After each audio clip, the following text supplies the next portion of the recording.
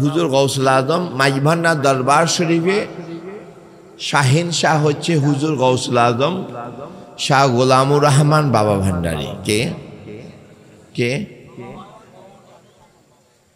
গৌসুল আজম মাহমুদুল্লাহ মাইজভান্ডারী হচ্ছে উনি প্রথম। উনি কি কিন্তু উনি বাতি আল্লাহর ইচ্ছায় হুজুর গৌসুল আজম গোলামুর রহমান বাবা ভান্ডারীর রিয়াজত বন্দিগি এবং এশকের মাধ্যমে আল্লাহর নিয়ামতকে ধারাতে উনি নিয়ে গিয়েছেন। সুবহানাল্লাহ বলে গৌসুল আজম আহমদুল্লাহ মাইজভান্ডারীর পরে এই বেলায়েতে ধারা বাবা ভান্ডারীর কাছে শুধু যান নাই, বাবা ভান্ডারীর বিশেষ দোয়ার কারণে বাবা ভান্ডারীর বংশের মাধ্যমে এটা প্রসারিত হয়েছে। সুবহানাল্লাহ বলে আমি কি বুঝাতে পারছি? এটা আমাদের কারো কোনো যোগ্যতা নয়, যোগ্যতা দোয়াকার হুজুর গৌসুল আজম শাহ গোলামুর রহমান বাবা ভান্ডারী। সুবহানাল্লাহ। আজকে আমি এই অঞ্চলে আসতেছি 43 বছর ধরে। কত বছর? আমার আব্বা হুজুর আমাকে বললেন ওফুত, তখন আমার বয়স মাত্র 13 বছর। আমাকে বললো ওফুত তোকে সফরে যাইতে হবে। বাবাকে বললাম বাবা আমি তো অনেক ছোট, এখনো বয়স হয়নি। বাবা আমাকে বললেন ওফুত বাবা ভান্ডারীর হুকুম, তোকে যাইতে হবে। তো বাবা জানেন যে আমি ভান্ডারীর পাগল, ভান্ডারীর পাগল। তো ভান্ডারীর হুকুম বললে আমি তার না করতে, আমার দাদা আবুল বশর মাইজভান্ডারী এই এলাকায় আসতেন, 2-3 মাস থাকতেন। কয় মাস? তখন রাস্তাঘাট ছিল না, নৌকা করে আসতো, নৌকা করে যেত। এ ফরিকিরা দায়রাই ছিল ওনার আস্তানা। জিতু দরবেশ ছিল ওনার খাস খাদেম। আমার দাদা আবুল বশরের 2-3 মাস থাকতো, কমপক্ষে 2 মাস। কয় মাস? 2 মাস, বেশির পক্ষে 3 মাস থাকতো। এরপর আমার আব্বা হুজুর সৈয়দ মঈনুদ্দিন মাইজভান্ডারী আসতেন, তখন আর রাস্তাঘাট নাই, পালকিতে করে আসতো, নৌকায় করে আসতো, এবং কমপক্ষে 20-22 দিন বা 1 মাস। কয়দিন? অর্থাৎ আসতে এত হয়রান হতো, 2 দিন শুধু বিশ্রাম করা লাগতো। 20-22 দিন মিনিমাম, কমপক্ষে 20-22 দিন থাকতো, তার আগে যেতে পারতো না। এই বাড়ি ওই বাড়ি, কারণ এই বাড়ি থেকে ওই বাড়ি যেতে দিন পার হয়ে যেত। কথা বুঝেন নাই? বর্তমানে আমাদের এই বাড়ি থেকে ওই বাড়ি যেতে 5 মিনিট লাগে, আর তখন এই বাড়ি থেকে ওই বাড়ি যেতে সারা দিন চলে যেত, কারণ রাস্তা তো নাই, নৌকা করে ঘুরে ঘুরে যাওয়া লাগতো, পথ নাই। আপনারা যারা মুরব্বী মানুষ আছেন, বয়োজ্যেষ্ঠ আছেন, আপনারা সবাই এই কথাগুলো জানেন। আমার আমলে আমার বাবা আমাকে প্রথমে 10 দিন, 12 দিন, 15 দিনের সফরে পাঠাইতো। সুবহানাল্লাহ বলেন। পরে আমি রাস্তা নাই, এই যে রেল লাইন আছে, রেল লাইনের কোনো স্টপেজ নাই, অর্থাৎ রেল লাইনের ট্রেন থামে না। তো আমাদের মুরিদানরা, খাদেমরা ওই ট্রেনের দড়ি টান দিত। ট্রেনের দড়ি টান দিলে তখন কিছু জরিমানা হইতো, তো জরিমানার টাকাটা দিত না। ট্রেনের ওই ইমার্জেন্সি যে চেইনটা আছে, ইমার্জেন্সি চেইনটা টান দিলে এখানে ট্রেনটা থামতো। সারাস্তি স্টেশনে ট্রেনটা থামলে আমাদেরকে লাফ দিয়ে নামতে হতো। আমি কি বুঝাতে পারছি? এবং আমাদের এই দিনের দাওয়াতি কাজটাকে আমরা এইভাবে প্রসারিত করেছি। আল্লাহর অশেষ মেহেরবানিতে এখানে মাদ্রাসা আমরা উদ্বোধন করেছি। এই মাদ্রাসা হচ্ছে দিনের দাওয়াতের জন্য। কিসের জন্য? আমরা মাইজভান্ডারীরা নামাজ শুধু পড়ি না, মানুষকে নামাজ পড়াই। সুবহানাল্লাহ বলেন। আমি যখন এই ফরিকিরা দায়রাতে আসছি, তখন এলাকার মধ্যে একটা প্রচার ছিল ভান্ডারী নামাজ পড়ে না। আমি যখন আমার পুরনো কি নাম জানি, তোর কি নাম? রফিক ছিল, তবে লম্বা করে, আবুল বশর। তো অনেকে আছে এখানে, অনেকে নাই। জিতু দরবেশও ছিল। তো আমি ফজর নামাজে উজু বানিয়ে মসজিদে গিয়েছি ফজর আদায় করার জন্য। এরা বলতে বান্ডারি তো নামাজ পড়ে না। আমি কোন বান্ডারি নামাজ পড়ে না? আমার বান্ডারি নামাজ পড়ে, আমিও নামাজ পড়ি। আমি মসজিদে যখন গিয়েছি সবাই তাজ্জব বনে গেল। তো এতদিন বছর শুনছি ভান্ডারি নামাজ পড়ে না, ভান্ডারি নামাজ পড়লো কেমনে? আমি বললাম আমি যে ভান্ডারি চিনি সে ভান্ডারি নামাজ পড়ে, এবং আমরা নামাজ পড়লে উনি খুবই খুশি হয়। নামাজ আমার ভান্ডারি নামাজ পড়ে। তোমার যে ভান্ডারি দেখছো সে ভান্ডারি আসল ভান্ডারি না, এটা নকল ভান্ডারি। আসল ভান্ডারি নামাজ পড়ে। তা তখন আমার সাথে যারা যারা পুরানো লোক ছিল, রফিক ছিল, আউল বসর ছিল, আগের আমাদের চেয়ারম্যান ছিল আমাদের চেয়ারম্যান মাস্টার রফিক, এখন বেঁচে আছে কিনা জানি না। মাস্টার রফিক ছিল আমাদের খানকার সভাপতি, স্কুলের হেডমাস্টার রফিক হেডমাস্টার। তো আমরা আল্লাহর অশেষ মেহেরবানিতে আল্লাহর ইচ্ছাই মাদ্রাসা করেছি। মাদ্রাসার সাথে মাদ্রাসা মসজিদ কমপ্লেক্স আমরা করব। আমি আপনাদের সহযোগিতা চাই। আমার ব্যক্তিগত ফান্ডের পক্ষ থেকে আমার অনুদান থাকবে।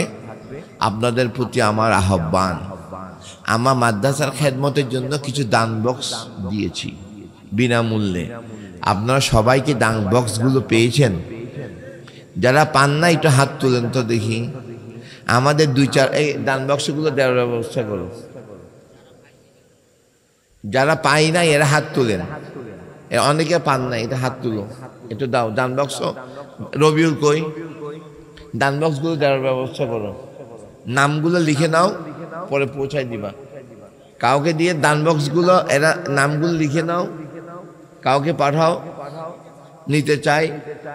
দান বক্সগুলো নাও, আমাদের থেকে কিছু ভলান্টিয়ার তুলো, উঠো, ঠিকানা লিখো, কাগজ কলম নাও, কাগজ কলম না, উঠো, দাঁড়াও, নাম লিখো। যারা যারা দান বক্স পান নাই মেহরবানি করে নামগুলো তুলবেন। আর যারা দান বক্স পেয়েছেন এরা দানের টাকাটা দিবেন। এটা দরবারের খেদমতে নয়, এটা আল্লাহর ওয়াস্তে মাদ্রাসা মসজিদের জন্য। এই টাকা যারা এই মাদ্রাসার জন্য টাকা দিতে চান, এখানে জোরের কিছু নাই, আপনারা মনের খুশিতে দিতে পারবেন। এখানে রাখলাম, যারা দিতে চান এখানে মাদ্রাসার টাকা মসজিদের টাকা দিবেন, কোনো জোরের কিছু নাই। আলহামদুলিল্লাহ, আলহামদুলিল্লাহ। আমি আমার ব্যক্তিগত ফান্ড থেকে এটা বড় একটা অনুদান দিব।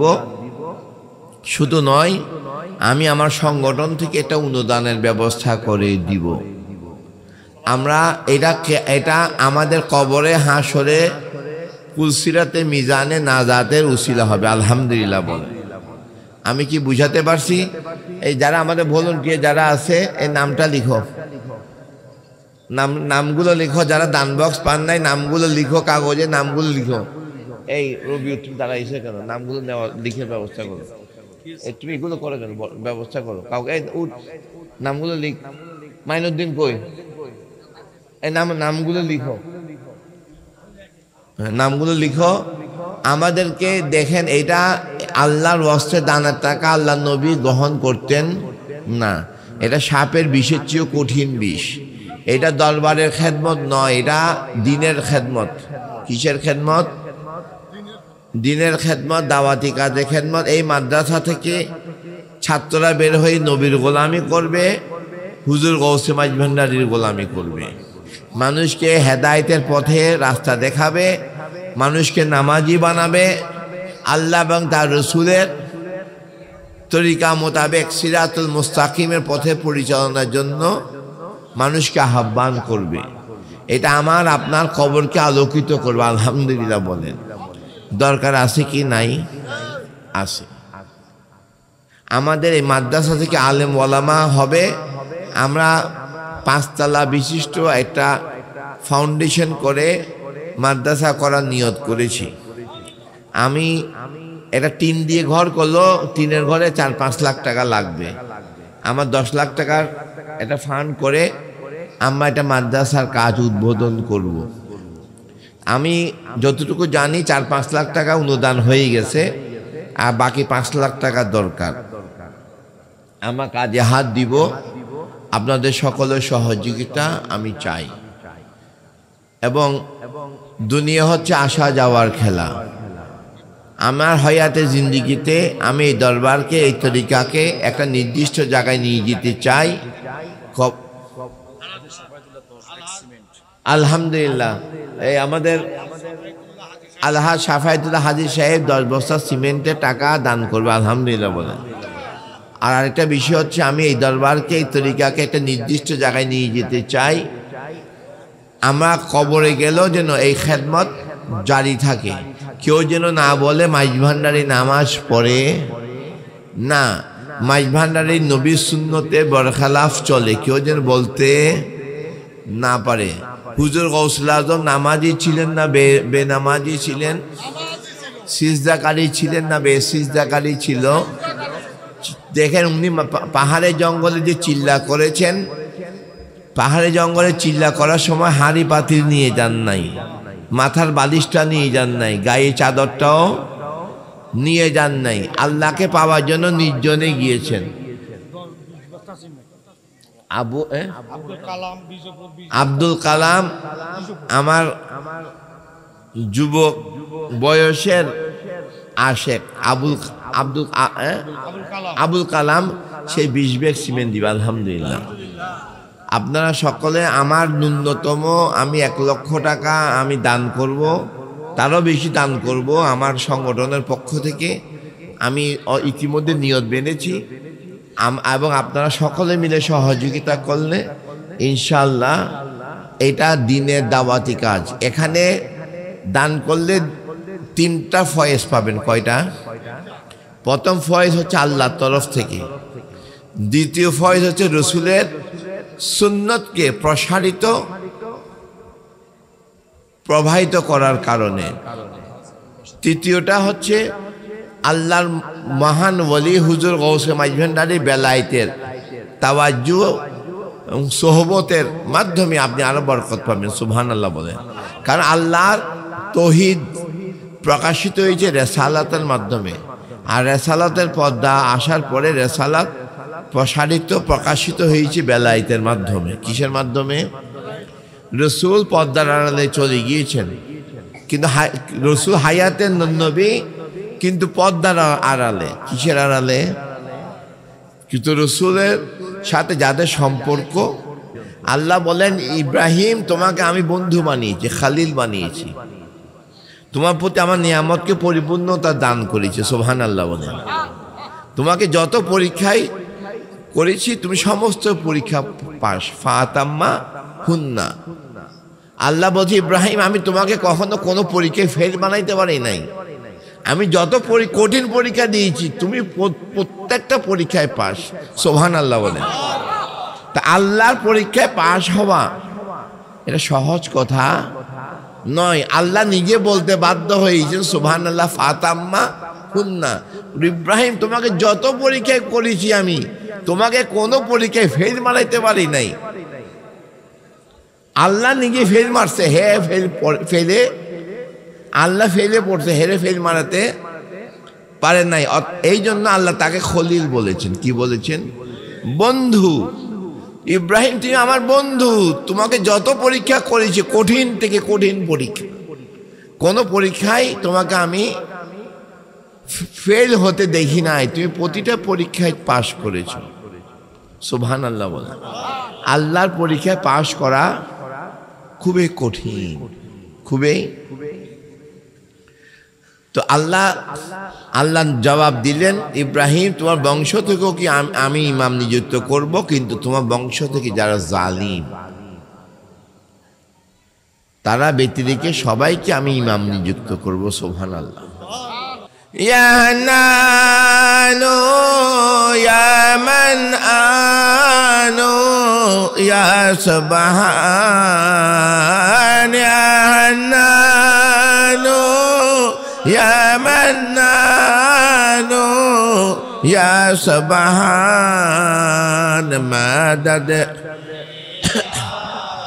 নূরে আলম রহমান মদদ কুনিয়া নূরে আলম রহমান আল্লাহ সাল্লি আলা মুহাম্মাদ ওয়া আলা আলি سيدنا محمد وعلى آله গুনার বোঝা মাথায় লইয়া কান্দেছি গুনার বোঝা মাথায় লইয়া কান্দেছি মাফ কর মাবুদ আল্লাহ ইলাহি মাফ কর মাবুদ আল্লাহ ইলাহি আল্লাহুম্মা সাল্লি محمد وعلى آله سيدنا محمد وعلى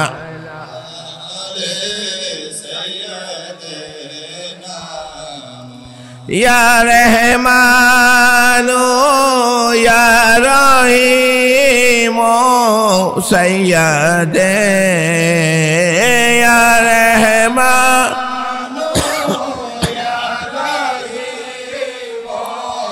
سيدنا أولاد رسول مجھ بھنڈاری مرشد غوث اعظم مجھ بھنڈاری مرشد اللہم صلی علی محمد وعلی آلہ سيدنا محمد وعلى آله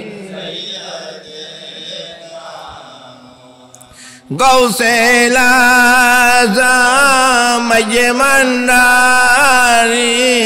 مدد غوث الأعظم مجمنداری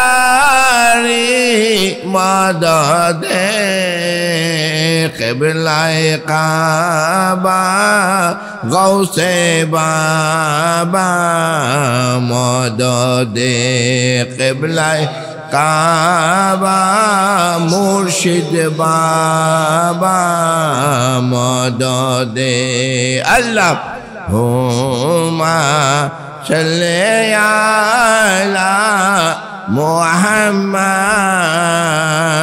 وعلى آله سيدنا محمد وعلى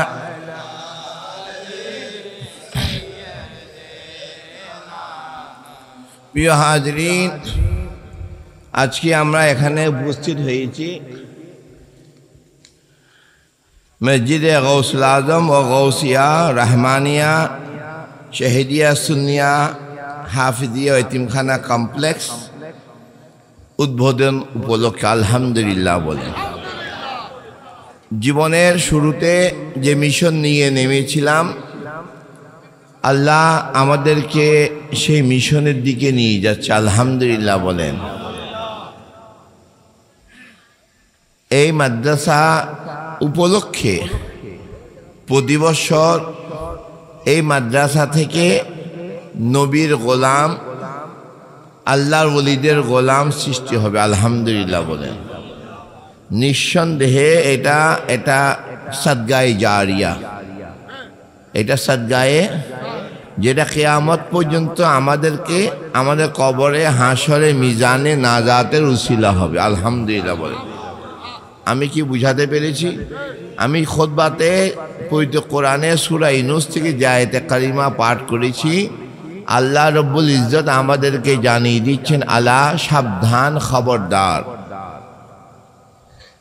ইন্না নিশ্চয় কোনো সন্দেহ নাই, আউলিয়া আল্লাহ, যারা আমি আল্লাহর রঙে রঙিন হয়ে গিয়েছে, যাদের সাথে আমি আল্লাহর বন্ধুত্ব স্থাপন হয়ে গিয়েছে। বন্ধু কাকে বলে? বন্ধু ওই ব্যক্তিকে বলে যার সাথে যার মনের মিল হয়, তাকে বন্ধু বলে। বন্ধু কাকে বলে? যার সাথে তার নীতি এবং আদর্শ মধ্যে কোনো মতবিরোধ হয় না, তাকে বন্ধু বলে। বন্ধু কাকে বলে? যে দুজনের মতের মধ্যে কোনো ব্যবধান, অমত, পার্থক্য, কোনো দ্বিধাদ্বন্দ্ব, সন্দেহ, যে বন্ধুত্বের মধ্যে কাজ করে না, তাকে বন্ধু বলে। যদি কোনো সম্পর্কের মধ্যে যদি সন্দেহ থাকে, মত পার্থক্য থাকে, দ্বন্দ্ব থাকে, সংঘাত থাকে, বিভেদ থাকে, তাকে বন্ধু বলে না। তাহলে বোঝা যাচ্ছে আল্লাহর বন্ধুর সাথে আল্লাহর কোনো মত পার্থক্য, বিভেদ, বিচ্ছেদ, মতবিরোধ, মতদ্বৈততা নাই। আল্লাহ যা চায় আল্লাহর ওলিরা তা চায়। সুবহানাল্লাহ বলে। আল্লাহর মতের সাথে আল্লাহর ওলিদের মতের কোনো অমিল নাই। তারা আল্লাহর রাস্তায় এমন ভাবে নিজেদেরকে বিলীন করে দিয়েছে, যার কারণে আল্লাহ তাদেরকে আল্লাহর বন্ধুত্ব বরণ করে নিতে বাধ্য হয়েছেন। সুবহানাল্লাহ বলে। চট্টলার জমিনে এমন কোনো পাহাড় নাই, টিলা নাই, জঙ্গল নাই, যেখানে হুজুর গৌসুল আজম শাহ গোলামুর রহমান বাভান্ডারি আস্তানা শরীফ নাই। সুবহানাল্লাহ বলে। কিছুদিন আগে আমার সন্তান সৈয়দ মুস্তাকিম আহমেদ মাইজভান্ডারি ফকির গুহা ফরিদচুরিতে গিয়েছিল। সুবহানাল্লাহ বলে। আপনারা যারা গিয়েছেন তারা দেখেছেন এই গুহাটা কমপক্ষে নিচ থেকে 40 ফিট উপরে। কয় ফিট? পাহাড় এই খাড়া। পাহাড় কেমন খাড়া? পাহাড়ের মধ্যে কোনো সিঁড়ি নাই। বর্তমানে আমাদের কিছু আশেকান সিঁড়ি লাগাইছে লোহার, কিন্তু ভান্ডারি সিঁড়ি আমলে সিঁড়ি ছিল না। এই খাড়া পাহাড়ে সে উঠলো কেমনে? যেখানে সিঁড়ি নাই খাড়া পাহাড়ে। আল্লাহর ওলিরা আল্লাহর রিয়াজতে, বন্দিগিতে, তার গোলামিতে, তার খেদমতে, তার দাওয়াতি কাজে, তার সাথে মিলনের এমন নেশায় তাকে আসক্ত করেছে, লোকালয় ছেড়ে সে নির্জনে গিয়েছে আল্লাহর রিয়াজত, তার বন্দিগির জন্য। আলহামদুলিল্লাহ বলে। তো ওলি তাকে বলা হয় যার সাথে আল্লাহ কথা বলে। ওলি কাকে বলে? যার সাথে আল্লাহ কথা বলে তাকে ওলি বলে। যার সাথে আল্লাহ কথা বলে না তাকে ওলি বলে না। আপনারা জিজ্ঞেস করবেন আল্লাহ কেমনে কথা বলে? আল্লাহ তার রসুলদের সাথে ওহির মাধ্যমে কথা বলতেন। সুবহানাল্লাহ বলেন। ওহির মাধ্যমে কথা বলতেন, কথা জবাবও দিতেন। আল্লাহর ওলিদের সাথে কথা বলেন এলহামের মাধ্যমে। কি হবে? এলহামের মাধ্যমে আল্লাহ তার নির্দেশনা, তার নির্দেশ জানিয়ে দেন। নির্দেশনা, নির্দেশ জানিয়ে দেন। কোথায় তার রেজাবন্দি, তার সন্তুষ্টি, কোথায় তার হুকুমত, কিসে তার পছন্দ, কিসে তার অপছন্দ, আল্লাহর ওলিদেরকে জানিয়ে দেন। এবং আল্লাহর ওলিরা আল্লাহর খেলাফতে তাবেদারি করে, দুনিয়ার খেলাফতে তাবেদারি।